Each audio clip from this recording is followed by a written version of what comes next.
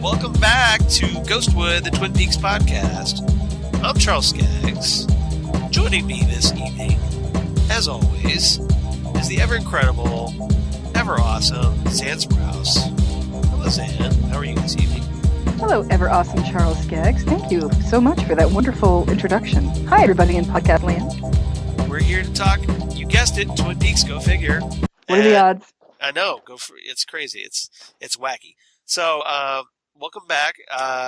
We're continuing our series of commentary episodes once again.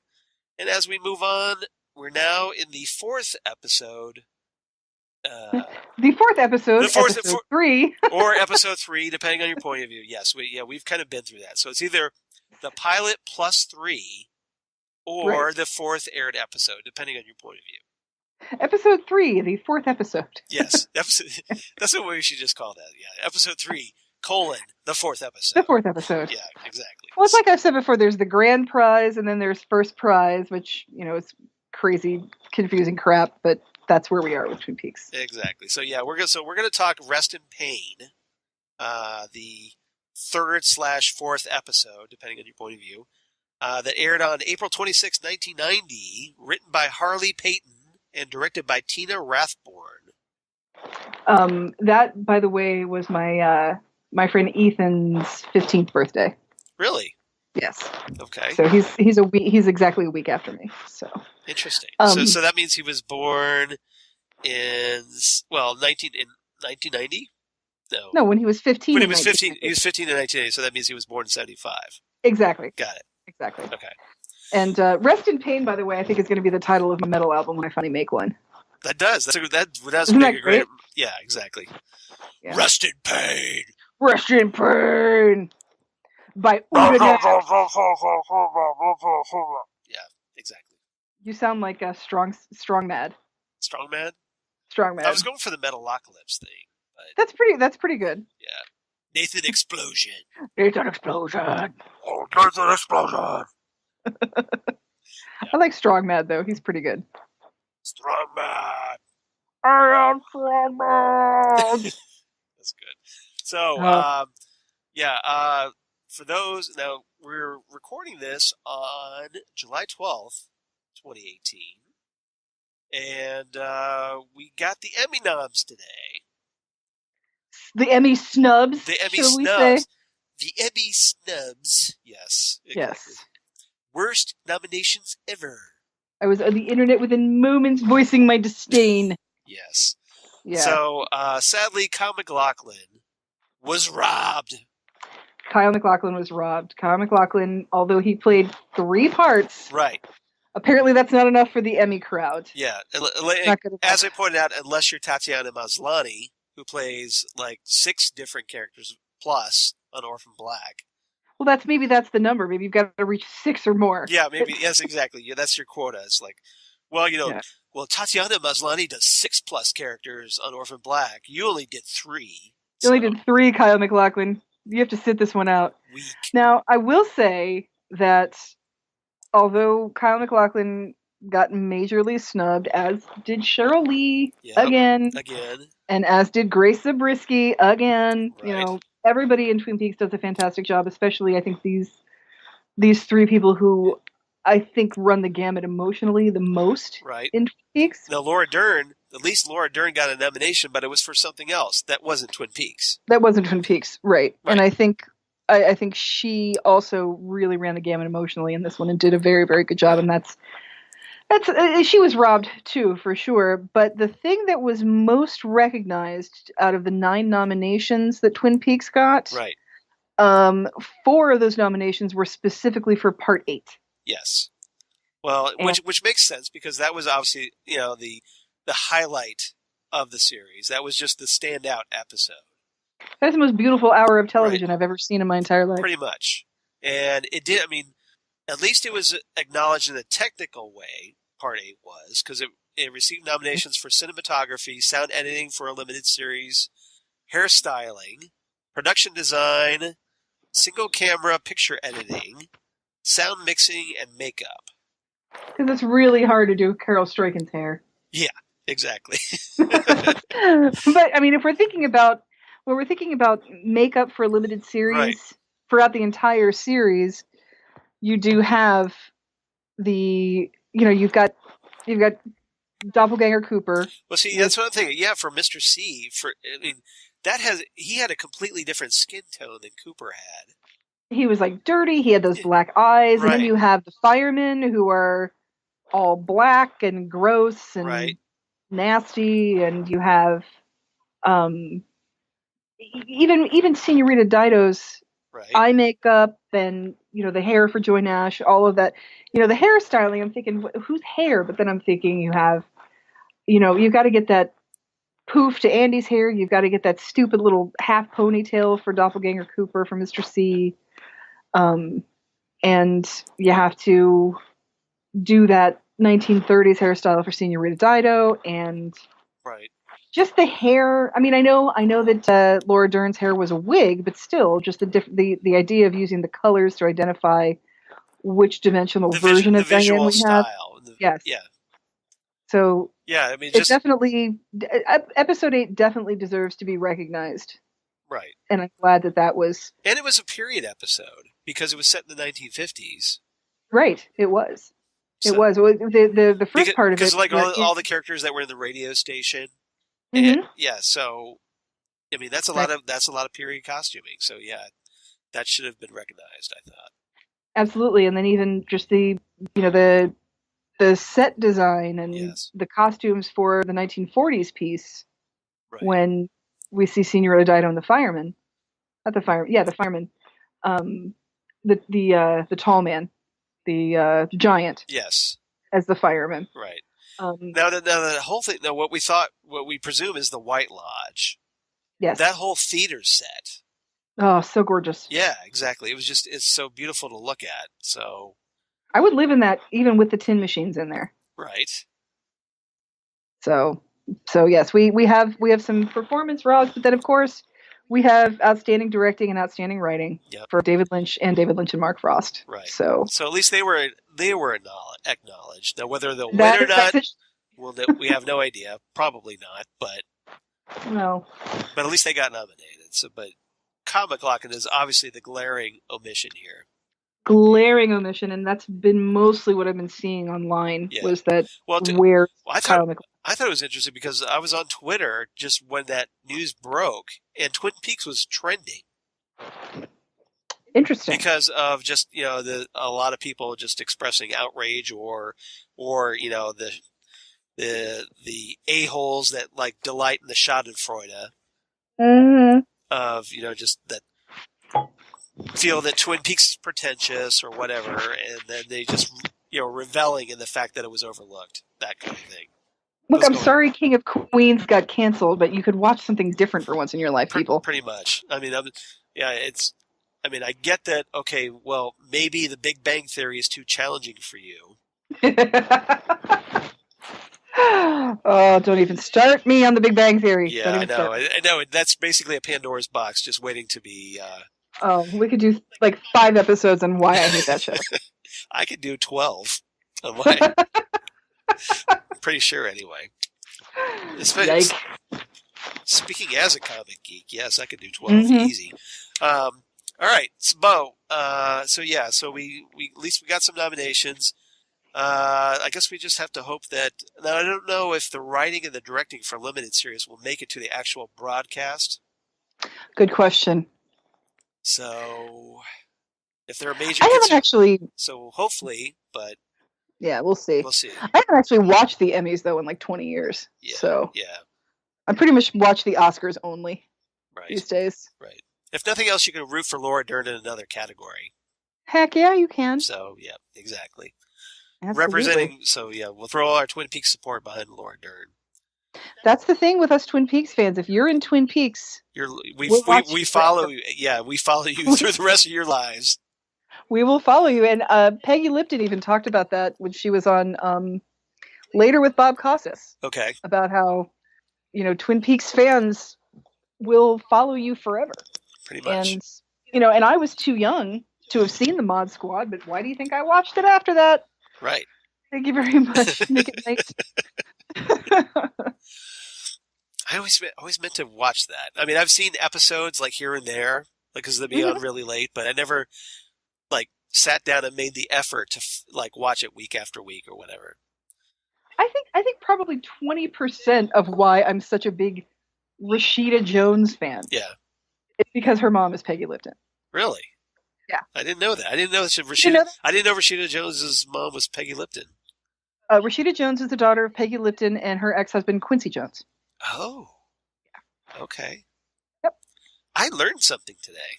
You learned something today. See, everybody. You thought we'd just ramble on and just kind of talk snark about our episodes or whatnot, but see, you actually learned stuff. We teach you ancestry. Exactly. And when I found that out, I was like, "Oh, Peggy Lipton's daughter, I love her!" Like immediately, I was like, going to follow her to the ends of the earth as well. Hilarious. All right. Well, Twin Peaks. Hey, it made me a lifelong Chris Isaak fan. So. Heck yes, it did. So. Can't say anything bad about that. Nope. All right, so let's talk about Rest in Pain. Now this is Rest in Pain. This is the big episode that introduces Sheryl Lee as Maddy Ferguson, Laura Palmer's cousin.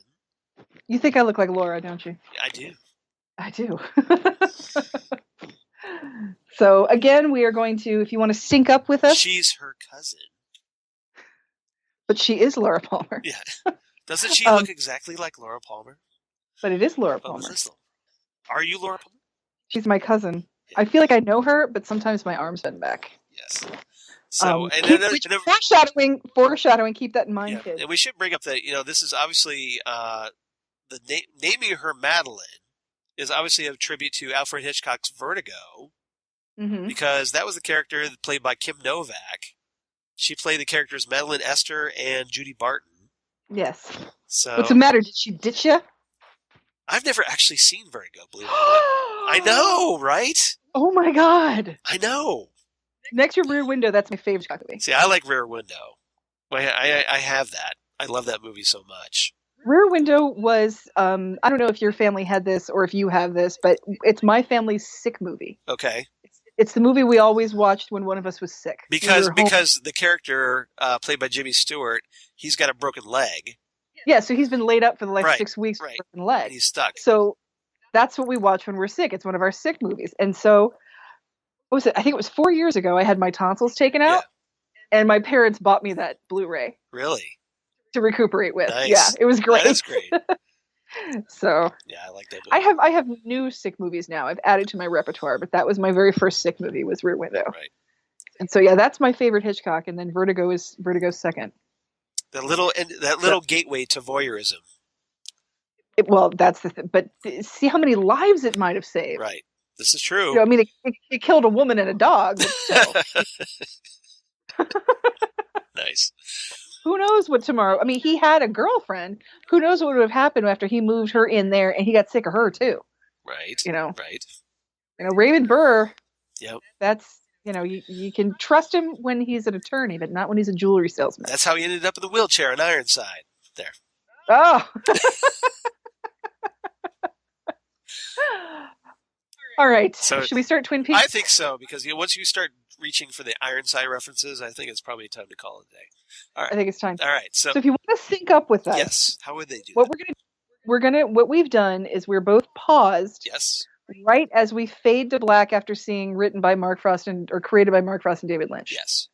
So we're going to count down from 3, 2, 1, go. Right. And then we're going to press play. And you can follow along with us. Yes. It's going to be right as we fade into the opening of the Great Northern Hotel. Yes. All right. So, everybody ready? Got your fingers on the pause button or play button?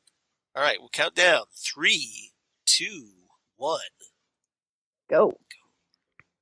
All right. Lovely Great Northern Hotel. Stately Great Northern Hotel. Meanwhile, it's stately Great Northern. Yep. And never quite noticed all of that industrial stuff by the water fountain. That's probably I would say you've been there. the hydroelectric. You've been there and actually got to see that. Is that still there? I'll have to look at my photos and double check because I was just so captivated by the majesty of what I was looking at and just the emotional impact that I was having. It is kind of hard to ignore those falls.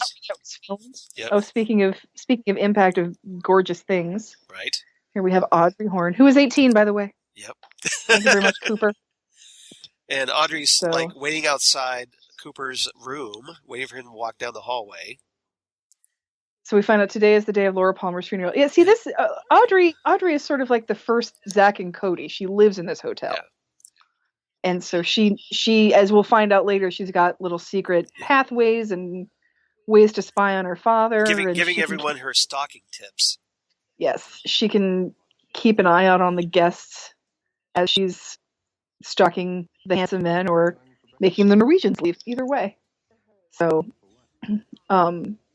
she's met up with Agent Cooper as he comes down for breakfast, and he's sort of like giving her this hopeful flirting by telling her that her perfume is incredible. Yeah, and it's called now it's called Dial soap. Yeah, seriously. And now he's trying to figure out if he's the one that left him the Jack with one eye note, and asking her to write down her name so he can check her handwriting. He's all sly. He's so smooth.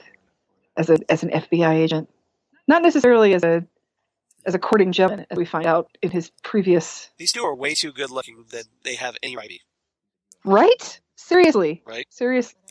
And Sheryl Fenn, I can't say enough things about Sheryl Fenn, is one of the kindest-hearted people I've ever met in my entire life. That's awesome. I look forward to. I hope I can meet her someday. She's very sweet and she's a very positive force.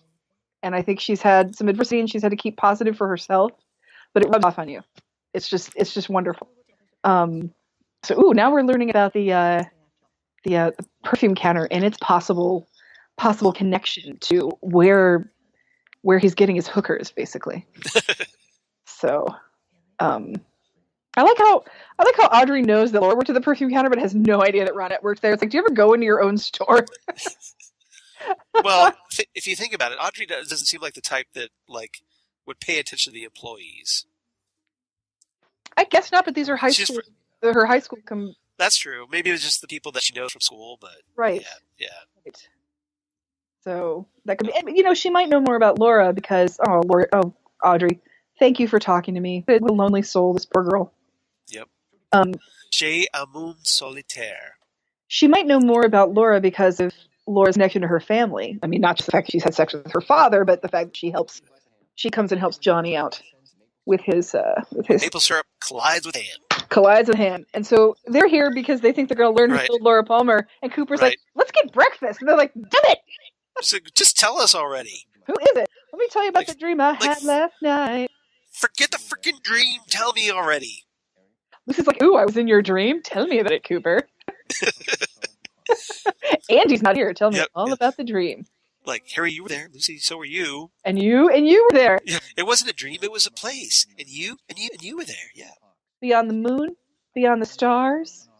And here we're basically hearing Cooper rehash the European movie ending, which we had really. Fire, walk with me. Yes, calls out between two worlds. So we haven't seen this movie. As an audience, we're just getting this rehash. So when I first saw this, I was like, wait a minute, what are you talking about? They were all there. Yeah, that didn't happen yet. Yeah, exactly. Yeah. So if you were new to Twin Peaks on video back in the early 90s, you were very confused. Well, the way I took it was that, there was elements of the dream that we didn't get to see. Yes. So now he's telling us. Now he's telling us, right. Well, you had seen this from the beginning as it first aired, and I didn't get that chance. Right. That was the only way you could take it back, when I watched it live. Right. I love how Cooper has aged better than they thought Cooper would age back in 1990. Right. Good. I don't know what moisturizer you're using, Kyle MacLachlan. I want some. Yep. Kyle MacLachlan, 25 years later, looks better than Agent Cooper 25 years Yes, exactly. How is that house? Because he's more attractive than any human deserves to be. That's why. Seriously. Obviously. Maple syrup colliding with ham. Uh-oh, there's a fight going on at the morgue. That can only mean one thing. Oh, it's Albert time. Albert Rosenflower. Yep. Oh. There's this great line from Albert coming up.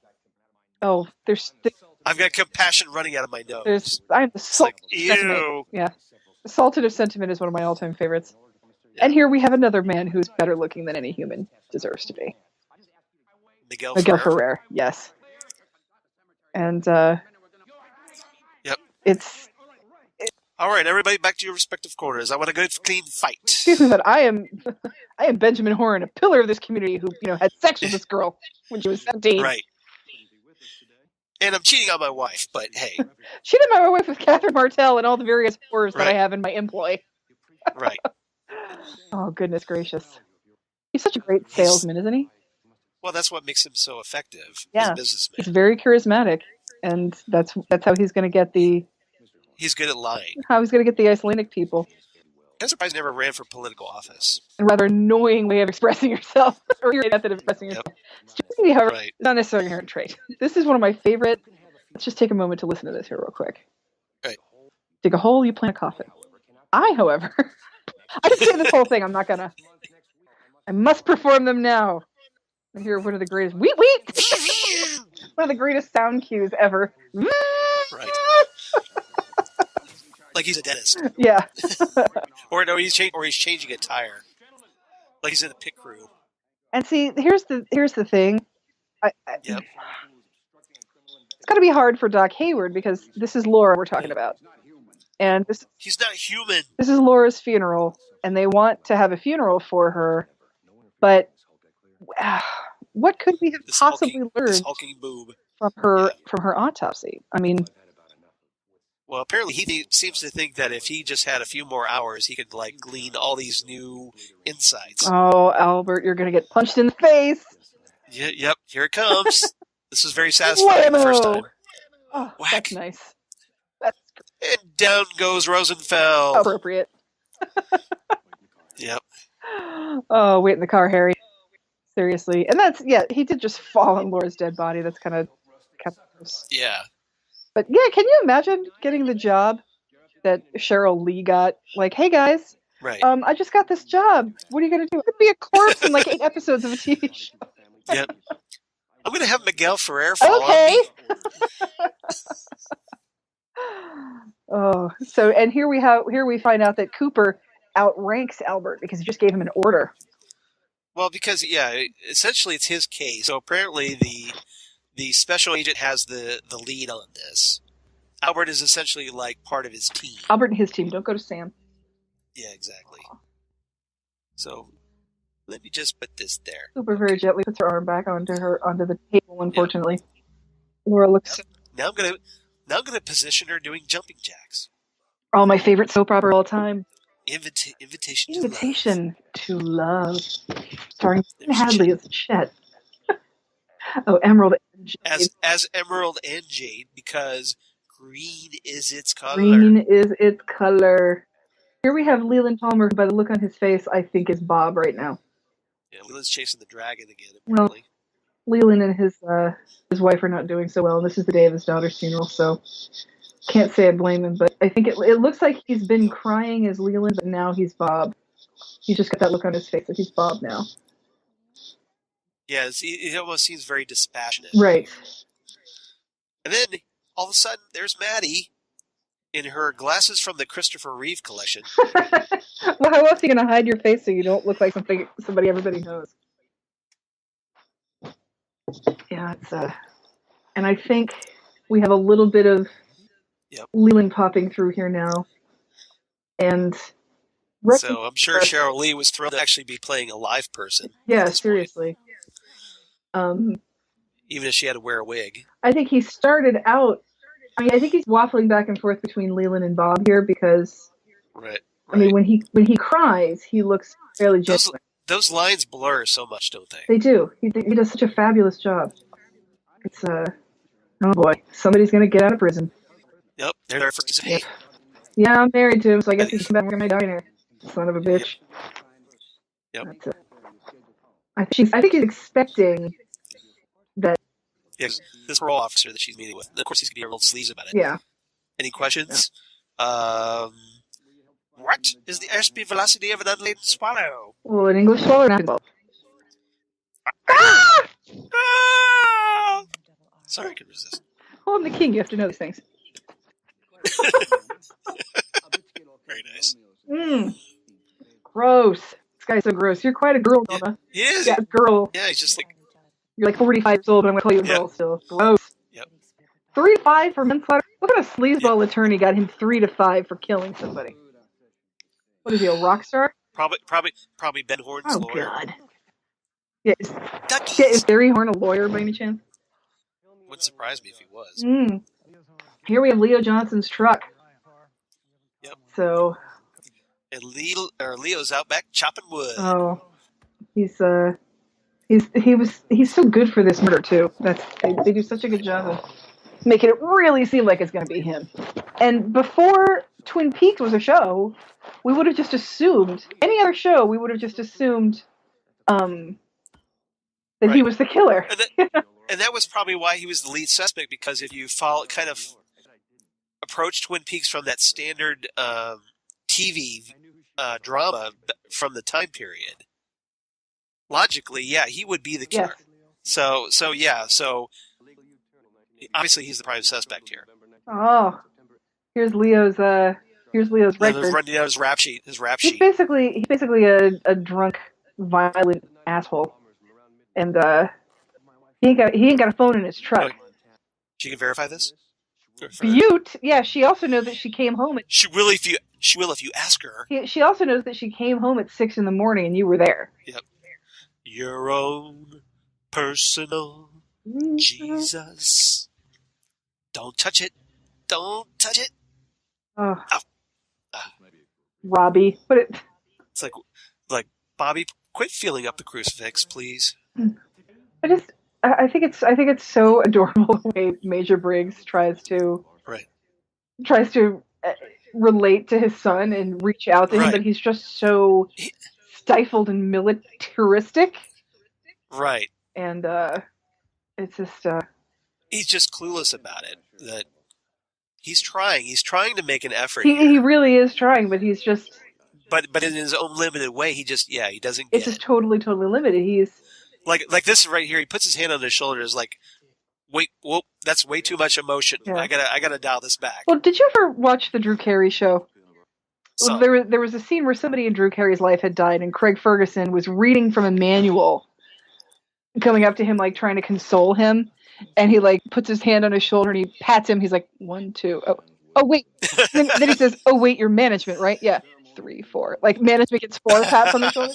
Like he was totally doing it from the from the managerial manual on how to deal with workplace loss or something like that. And that's exactly how this feels. Okay, I should probably put my hand on the shoulder and reach out in some sort of human contact of some kind, but I don't know how to do that. And here's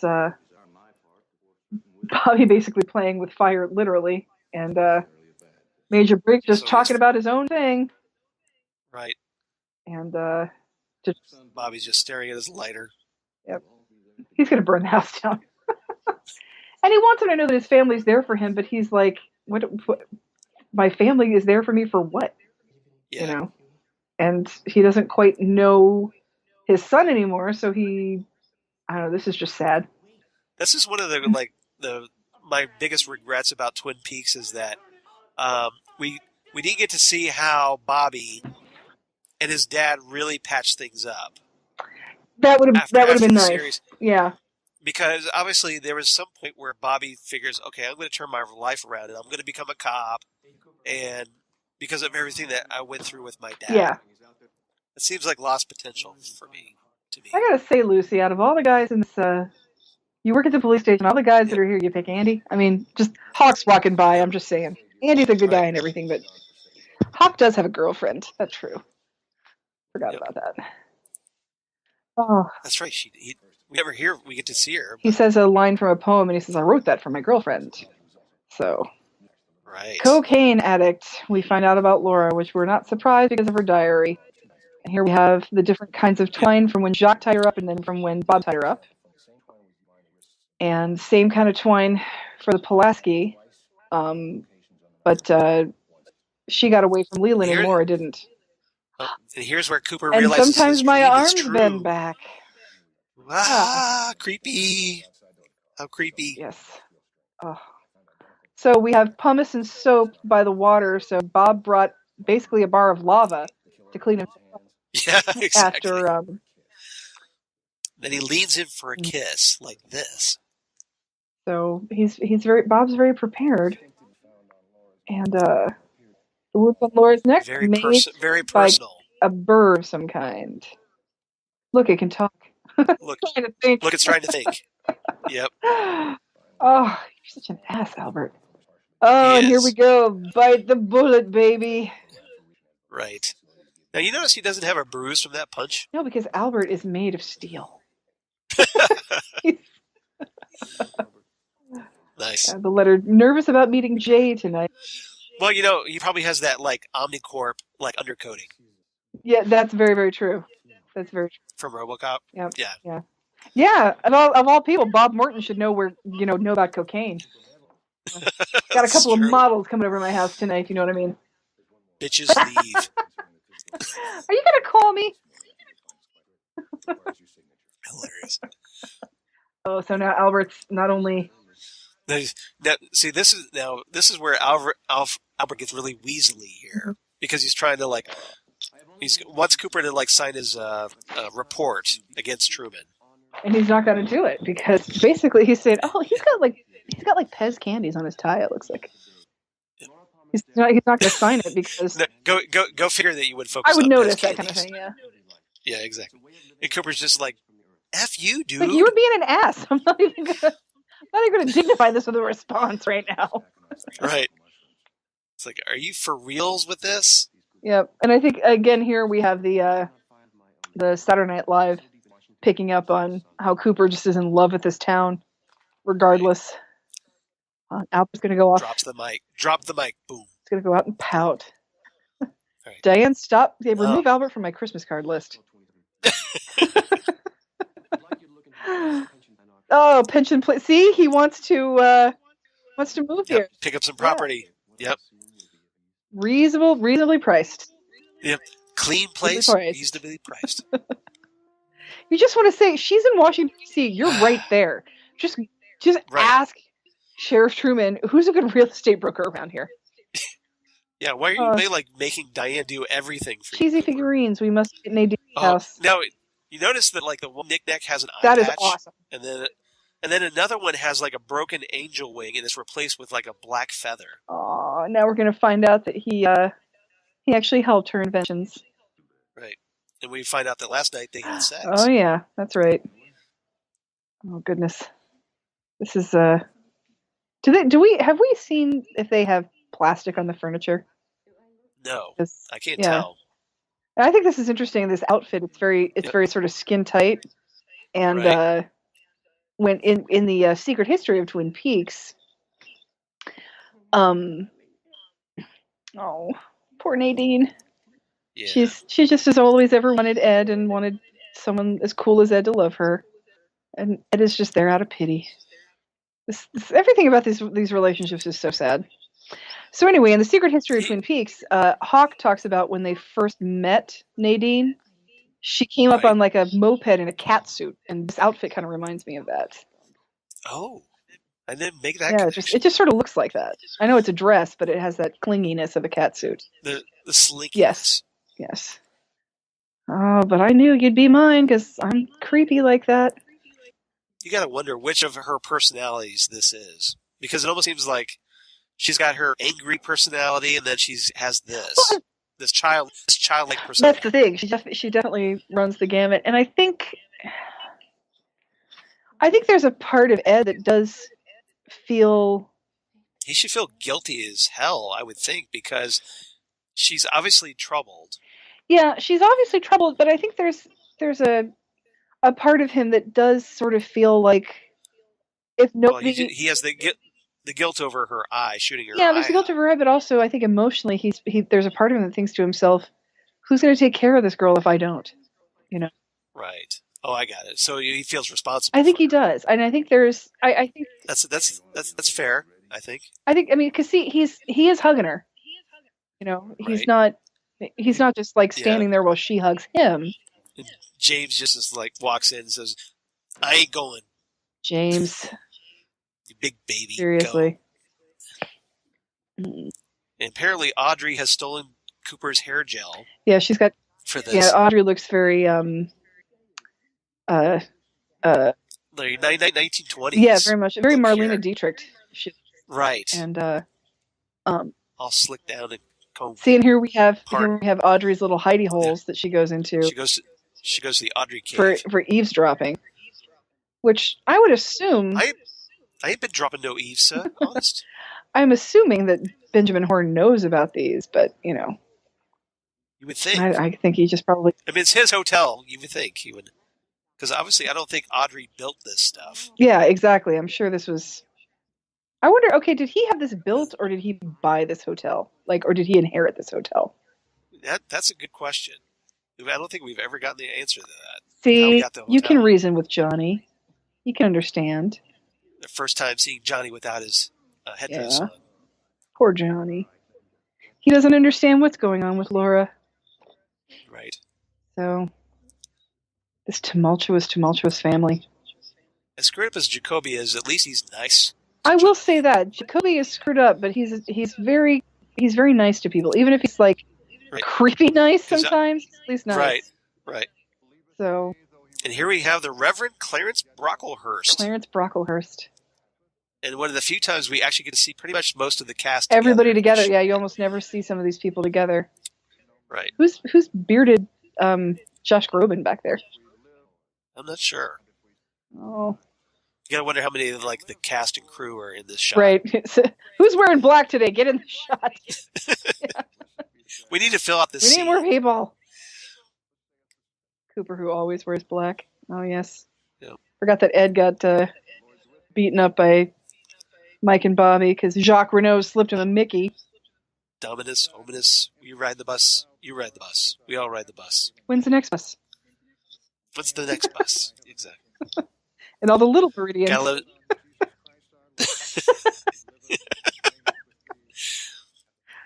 That Johnny Dangerously just creeps in. Well, there's something you don't see every day.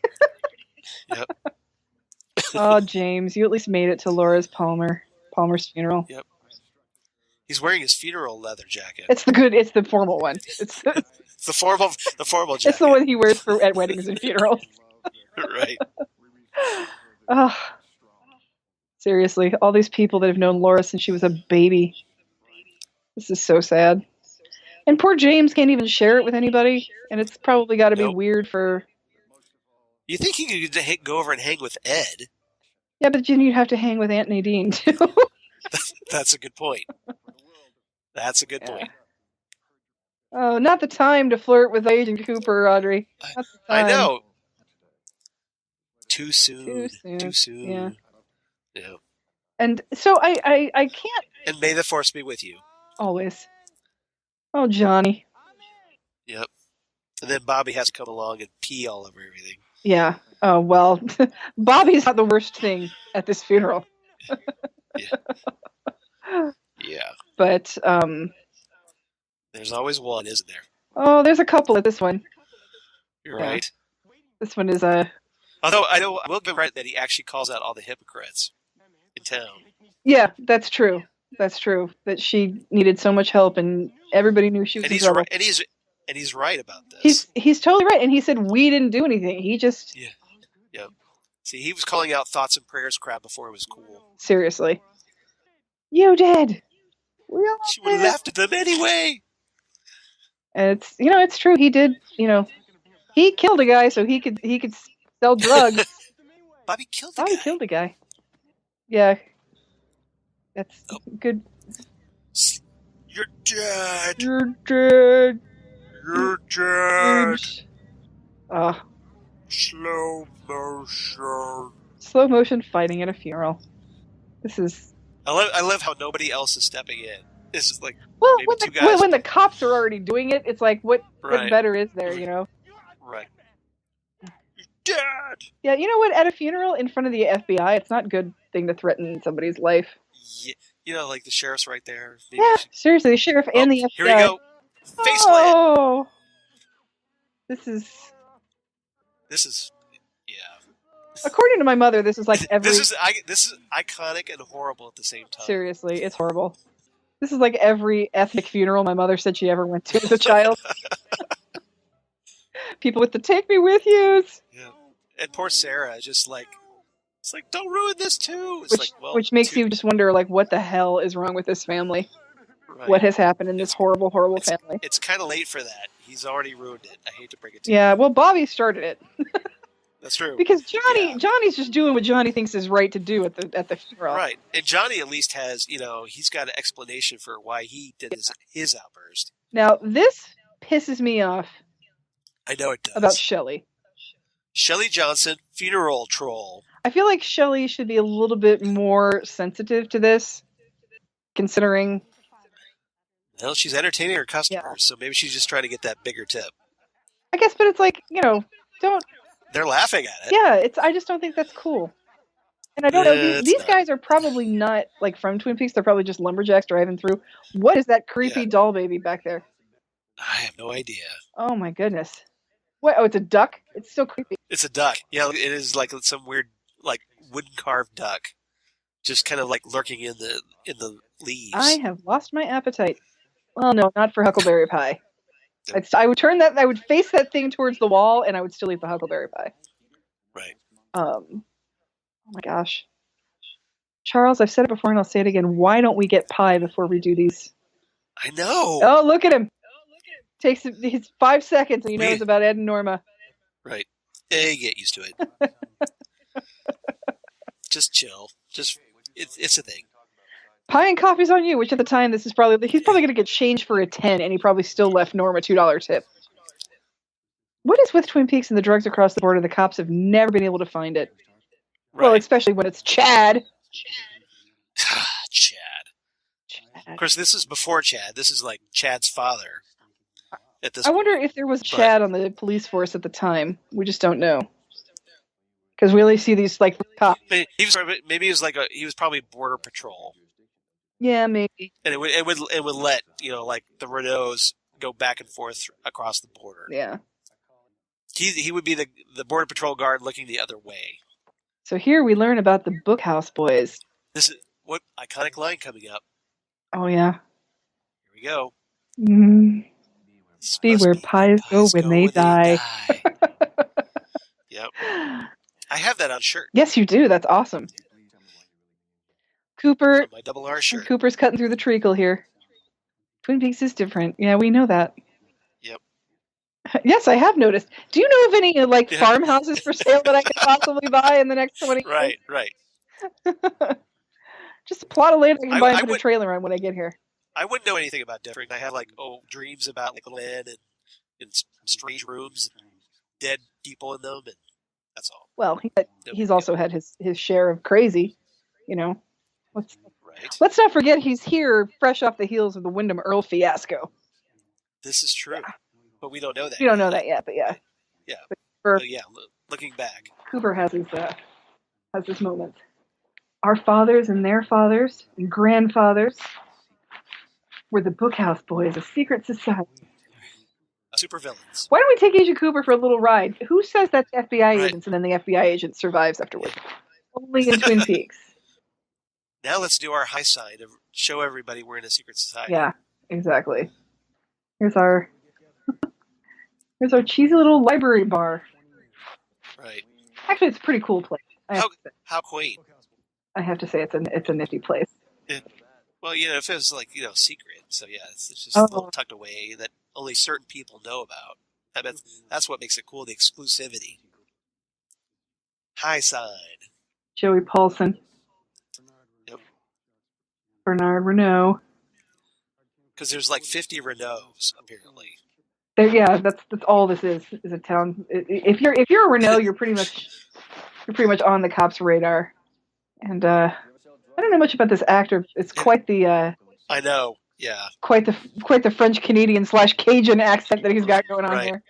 Yeah, I know. It is very odd. Don't pay me nothing. It's like, are you Cajun or are you? Why do you think I have this outrageous accent, you silly king? All I know from France, I learned from Inspector Clouseau. And then Jerry Lewis movies. Oh, geez. There's Bernard, Jacques, and Jean, and who are the other ones? What was Walter Olkowitz's name in the new series, in The Return? I can't remember. Oh, I can't remember that either. He was a Renault, but he wasn't Jacques. Right. I think he was a brother or something. Speaking of Walter Olkowitz, I'm a traveling man. The amazingly talented a lot of stops. Yep. Walter Olkowitz. The Jacques Renault shuffle. Yeah. Oh, something's up. The red light's on. It's the Jacques signal. The red light is on. There's donuts. Oh my God, there's fresh donuts. Now I want donuts. Run away Damn it. Your Marty McFly cosplay. Leo needs a new pair of shoes. Is that your life preserver? Why is he wearing a life preserver? How long have you been in the Navy? Yeah. Apparently, Leo's been getting his sweaters from the Cosby Show. I'm like, waiting, man. Hey, where are you going? Nowhere. Get me a beer. Where are you going? Nowhere fast. Yep. Dick. Okay.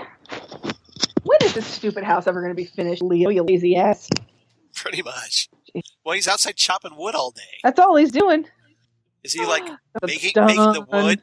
Is he cutting trees down to like make the framework for the house because he's too cheap to buy wood? So I don't understand this. Isn't this like a drawer? That looks like it's a cabinet on the other side. Like I know, I don't get that either. I either. Understand how this is a secret compartment. It's like the back end of it, maybe. Maybe, yeah, I don't know. But the lonesome foghorn tolls. Oh. Well, I'm a criminal on on the run from Hong Kong, and some really terrible Chinese gangsters are going to come get me soon. Some Chinese gangsters and David Warner are coming after me. Forget I said anything about that. Never mind, just love me. Just tell me how pretty I am. Tell me I'm good, Harry. Yeah. The thing is, I think she's, now that she's in like a quote unquote respectable position, right. I think she likes the calmness of her life. And she's interesting because I know that Cooper can't quite figure her out. Right. But he knows there's something. Which says a lot. Yeah. Because Cooper, pretty much can figure anybody out at a glance, as Big Ed showed. Exactly. Oh, Catherine Benjamin Horn, want you dead. Yep. Oh, 1980s intercom system. Yep, intercoms. Yep. That's awesome. Like I'm zoomed in on the ears to show you that I'm spying on them. The Ferris Bueller intercom system. Whoever's in the house is still in the house. I'd like you to know I just called the police. I'd like to also add that I have my father's gun and a scorching case of herpes. That's epic. Here's my secret compartment with all my secret porno books. Right. I don't know what those are. They just look like Reader's Digest versions of novels. I don't know what they are, though. This is where we keep the Twilight copy. This is where we keep the manuscript. 50 Shades of Grey. Yep. Wait. It's not there. There were 2 ledgers the other day. What happened? Uh-oh. I still love that they were ledgers.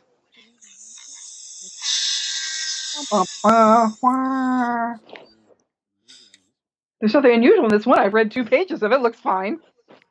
Right. Yeah, exactly. It's like he spends all of 2 seconds looking through it. Oh, yeah, looks fine to me. How is she doing that from there? Did she turn it on before he got there? What? Yep. Oh my God! Look at that old box of deluxe checks. Right. That is amazing. I haven't thought about those in years. Remember checks, kids? Yep. I still use checks. I don't use checks unless, the IRS gets checks. Right. Right. And that's about it. Huh. And then maybe the Girl Scouts if they want to check or something. Right. Sometimes they want to check. I've been in this house for 3 years. My checks still have my old address on. That's how often I use checks. Dale Cooper, grave aficionado. What kind of Jack Ripper Gothic mystery is happening here? Say, Jim, that's a bad outfit. Woo!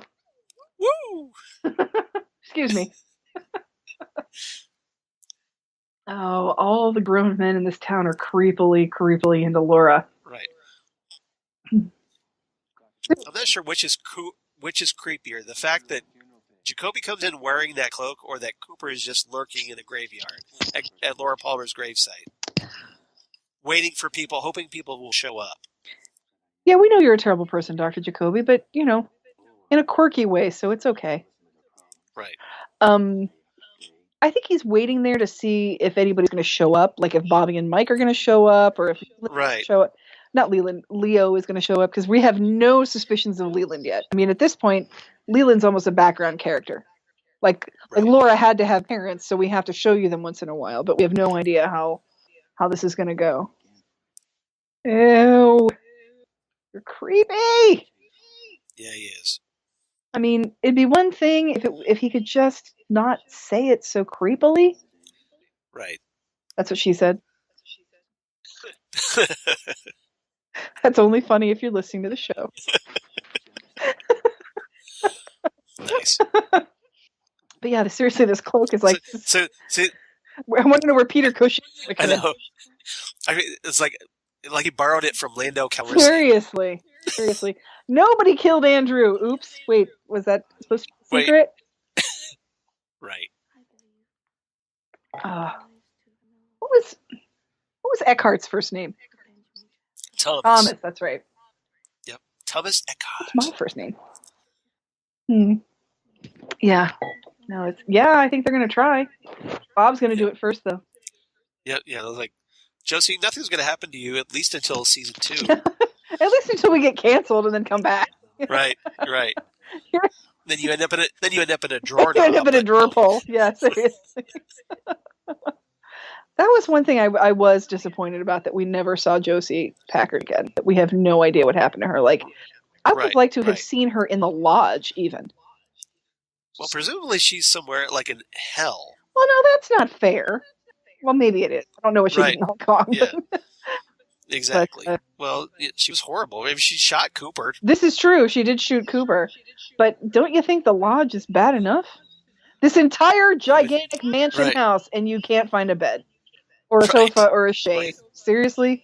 It's like Titanic, where they had the most luxurious ship in the history of ocean liners, and they still have to find a way to have sex in the backseat of a car. Oh, getting existential. The one time Cooper hangs out with Hawk. Oh, Leland. Dance with me. Dance with me. Now, obviously, Saturday Night Live borrowed from this. I love this Sarah Huckabee Sanders look this girl has on her face. And is Leland in his pajamas? Or is that no, that's just a shirt. It looks like pinstripe pajamas. I think it's just a shirt.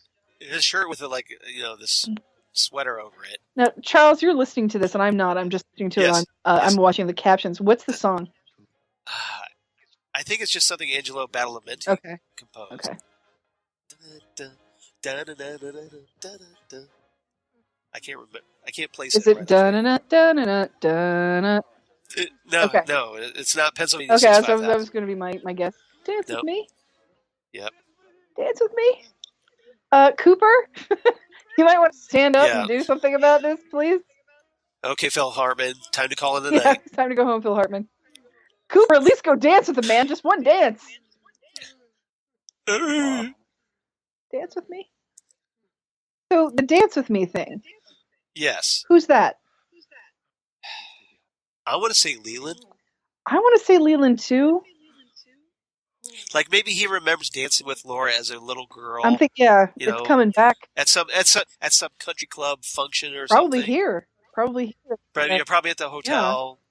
Yeah. Just so like he danced with his daughter, so maybe he's remembering his daughter, and like she would probably stand on his feet, and he'd dance her around, like you do with little girls and stuff like that. Well, does Twin Peaks have a country club, or is it all just Benjamin Horne's deal? Like, you just Yeah, we don't think. I mean, you would think they would have a country club. You would think so, but wouldn't it be probably Horne's country club? You know what? No, they have to, because remember, Leland kept golf clubs in his back of his convertible.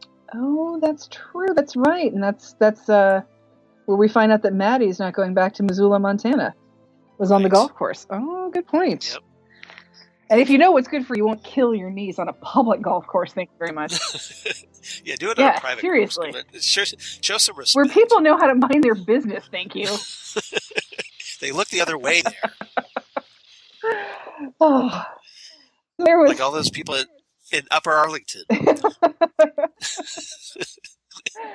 That's an in joke for Zan, because that's a little, basically the rich part of Columbus, Upper Arlington. Where I lived for 10 years. Right. Yeah. The country club crowd. No, I rented there. I'll say that. And now I'm down the street from the Ohio State public golf course. So there you go. Keeping it real. Right. You are. So yes, I am literally 1 block away from Upper Arlington in where my area is. So that was Rest in Pain. Thanks everybody for following along with us. Hope you enjoyed it. Episode 4, the 3rd episode.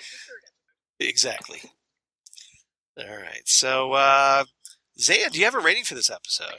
I give this episode a 9. 9.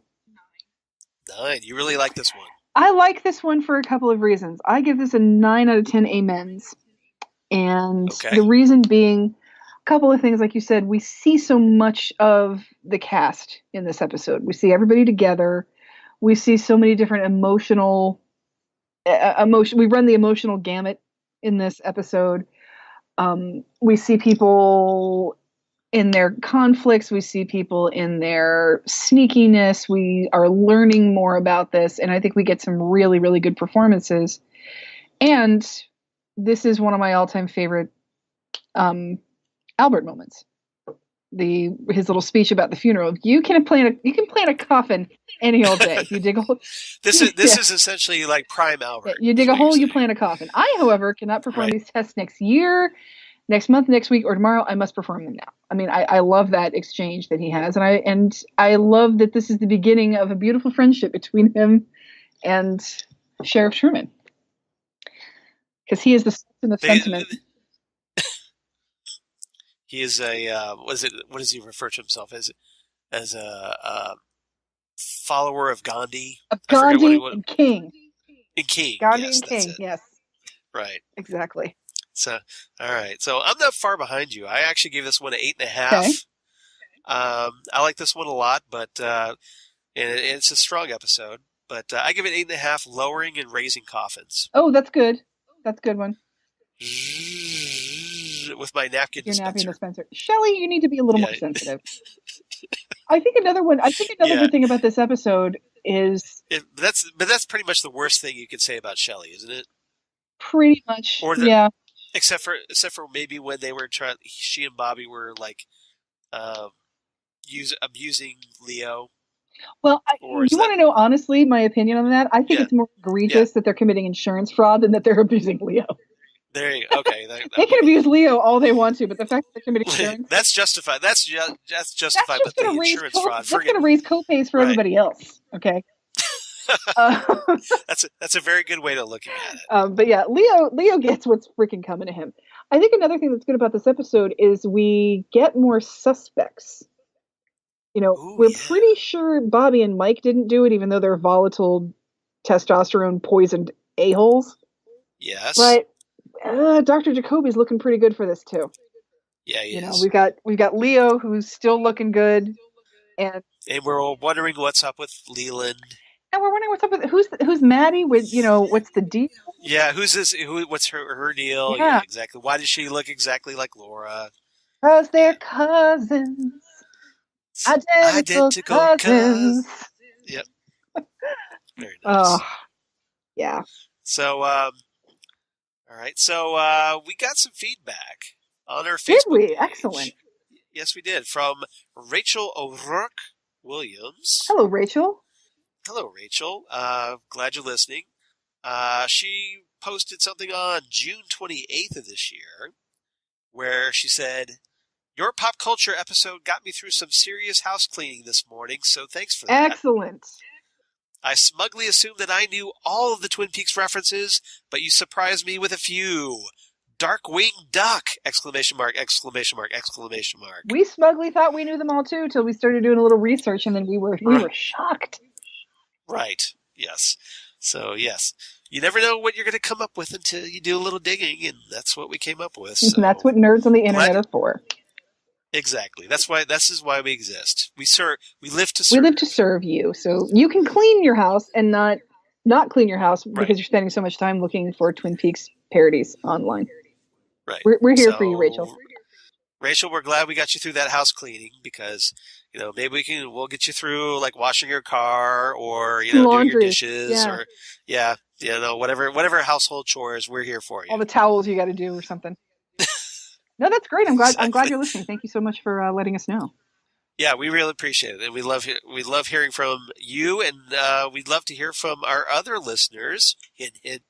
So if you guys want to be like Rachel, you can post on our Facebook page, Ghostwood, the Twin Peaks Podcast, of course, or you can reach us on our Twitter account, GhostwoodCast, on the Twitter machine, or you can email us, ghostwoodpodcast@gmail.com. Gmail. The Gmail. The Gmail. So, write us there. We'd love to hear from you. And while you're at it, hey, go on iTunes and, go to Apple Podcasts and give us a rating there. Let us know what you think. Hope you enjoy our little show. Yeah, give us a rating and subscribe just in case, you're thinking, I don't have any Oh, look, Ghostwood just popped up. I've got something to listen to now. There you go. So, yeah, if you, like Rachel, you got some house cleaning to do. Come on, just subscribe to us and we'll be right there to help you through your daily chores. We'll be there to motivate you. Exactly. And also to terrify you. I feel like I should be like Stevie Wayne right now. Well, stay up with us. The lovely and talented Adrienne Barbeau from The Fog, John Carpenter's The Fog. And Swamp Thing. Well, she's only Stevie Wayne in The Fog, though. Oh, that's true. Okay. Or Escape from New York. Well, that's. Was she married to John Carpenter at that point? I don't know. I don't remember. I can't keep track. It would explain how she got in the movie. I can't keep track of all of his girlfriends. Yeah, I know. There's so much to keep track of these days. All right. So, Zan, where can they reach you on the interwebs? I am on the Twitter and the Instagram as Udanax19, which is Xanadu spelled backwards, if you wanted a spelling for that. What about you, Charles? Where can they find you on the interwebs? Of course, at Charles Skaggs on the Twitter machine and the Instagram. Or Google Plus for all you crazy kids of the Google Plus. Facebook, of course, Charles Skaggs in Hilliard, Ohio. Or my blog at Geeky Things. Damn good coffee. And hot. Damn good coffee and hot. Where I talk about all the things we talk about here. Ghostwood, hey, Twin Peaks and all that. All things David Lynch. Or, all kinds of comic books, sci-fi news. Posted like all the rundown of the Emmy noms. Yeah, if you want to know what geeky shows were nominated for what Emmy, exactly. I got you. Go to Damn Good Coffee. Charles has done a great job of organizing all of that for you, so you don't have to. Right, I did all the heavy lifting, so you can go like, oh, why wasn't this nominated in this category? Stupid Emmys. Right, so you can be as incensed as we are that Kyle MacLachlan was snubbed. He was robbed. Yeah, so I've got all that for you. And then, of course, all kinds of comic book sci-fi news. And news of my other podcasts that I do for Southgate Media, including Next Stop Everywhere, the Doctor Who podcast, the award-winning Next Stop Everywhere. That's right. And the Phantom Zone podcast that I do with Karen Lindsay, who appeared on our show not too long ago, where we talk about comic books on TV. And so much to talk a little about. thing called...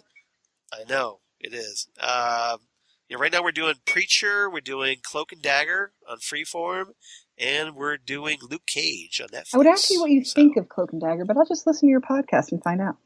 Yes, actually, I like it. Cool.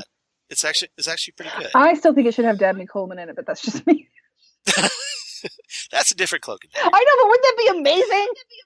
If he just showed up as an in-joke, that would be hilarious. Well, let's be honest with you. What I really want is Henry Thomas to show up because yum. That kid grew up to be a good-looking man. Let me tell you. Now that was before E.T., exactly. right? Or was that? That was after E.T. Yeah. Okay, so you got the Cloak and Dagger gig after E.T. Yep. Got it. Okay. Now we know. Now I can rest knowing that Henry Thomas got Cloak and Dagger. because of E.T. All right. See, that's another thing I learned today. And if you All want right. Henry Thomas's child to pull at your heartstrings, look up Henry Thomas E.T. audition on YouTube. Is he adorbs? He's so good. He's so good. He's adorbs and he's really, really good. He's like really, really emotional, and like you can tell everybody's like kind of took him back tears, and then Spielberg's like, "Okay, kid, you got the job." It's like, he just did such a good job with that. I'm not crying. You're You're crying. like, shut up. It was really good. But That's good. So next time on Ghostwood, the One-Armed Man. episode 5, the 4th episode. Exactly, or episode 4, the Episode 5th 4, the 5th episode. episode. Yeah, however you want to put that. Just call it the One-Armed Just call Man. it the Man. It's a lot That's easier. all we need to know. It's a lot easier. Yeah. So obviously, the One-Armed Man, Philip Gerard, going to be pretty prominent in this one. So that should be fun. It said, Mom. There was a convenience store. We lived above it. Oh, did you now? Yep. Do tell. Yes. All right. So thanks everybody for listening to Ghostwood. Zan, anything else you'd like to add before we head out? No, just thanks for listening, and please tune back in for next time. All right. So we'll see you 2 weeks right before I have nasal surgery. So Excellent. hooray! So I get rid of all this congestion that's probably driving everybody nuts, including me. So thanks everybody for listening, and we'll see you next time right here on Ghostwood, the Twin Peaks podcast. Bye everybody. Bye. Doppelganger!